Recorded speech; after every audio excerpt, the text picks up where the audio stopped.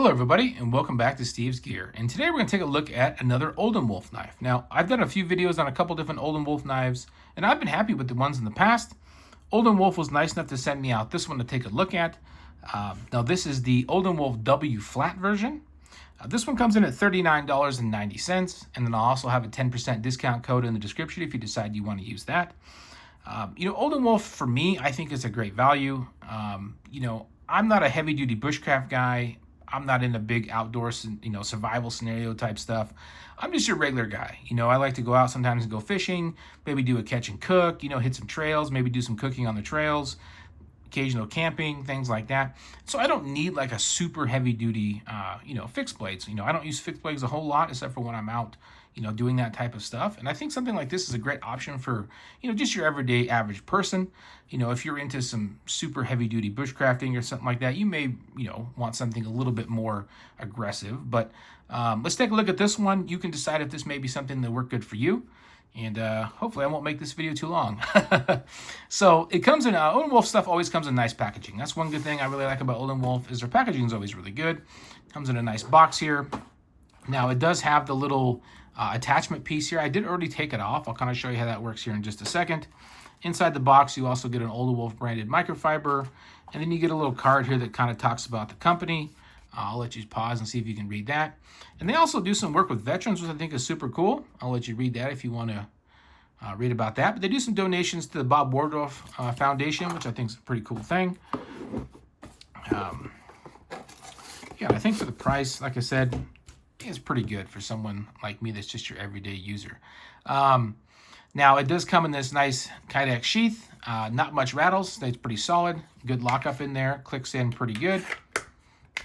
So taking a quick look here at the sheath, just your everyday normal sheath, but it's well done, good quality.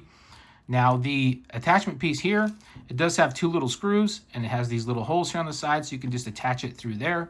And then you can just put the knife in and you could actually snap it in there. On the back side, it has like a little dangler for your belt. It does have a snap and a Velcro there for attaching it to it. Now, one thing I can say is I did break this snap. So I took this out fishing with me a couple weeks ago. I was using it in a sling bag.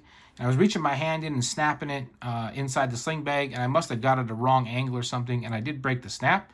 So that's something to kind of keep an eye out for. Maybe snap it, not at some strange angle like I did. So I did break it.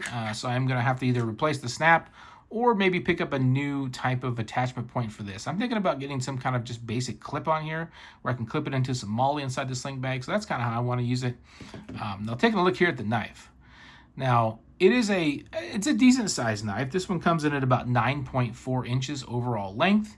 You have a 4.5-inch blade, D2 steel, which is hardened to 60 HRC. Full tang. You do have a little spot here if you want to attach a lanyard or something. Now the handles on this are really, really good. So they're a TPE material, very grippy, very comfortable grip. Have a little bit of shock absorption to them.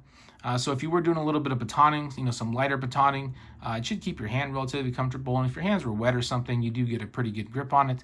I'll kind of try to give you a close-up of that. But yeah, it looks good. Good fit and finish. You do have a little bit of jumping back here on the back of the blade. I would like for it to be a little bit longer, but the little spot they do have there does provide you a pretty good grip. Now the spine here, it looks like about a 90-degree spine. I actually haven't tried it on a fire starting rod, but I'm assuming it would throw some sparks on it. So that's another use you could use for this. Full flat grind. A lot of times for my camp knives, I like full flat. Probably 80% of the time they're going to be used for food prep. I could gut a trout with it. I can chop a potato, chop an onion. And if I need to do a little bit of light batoning, I can. I use the little firebox stoves.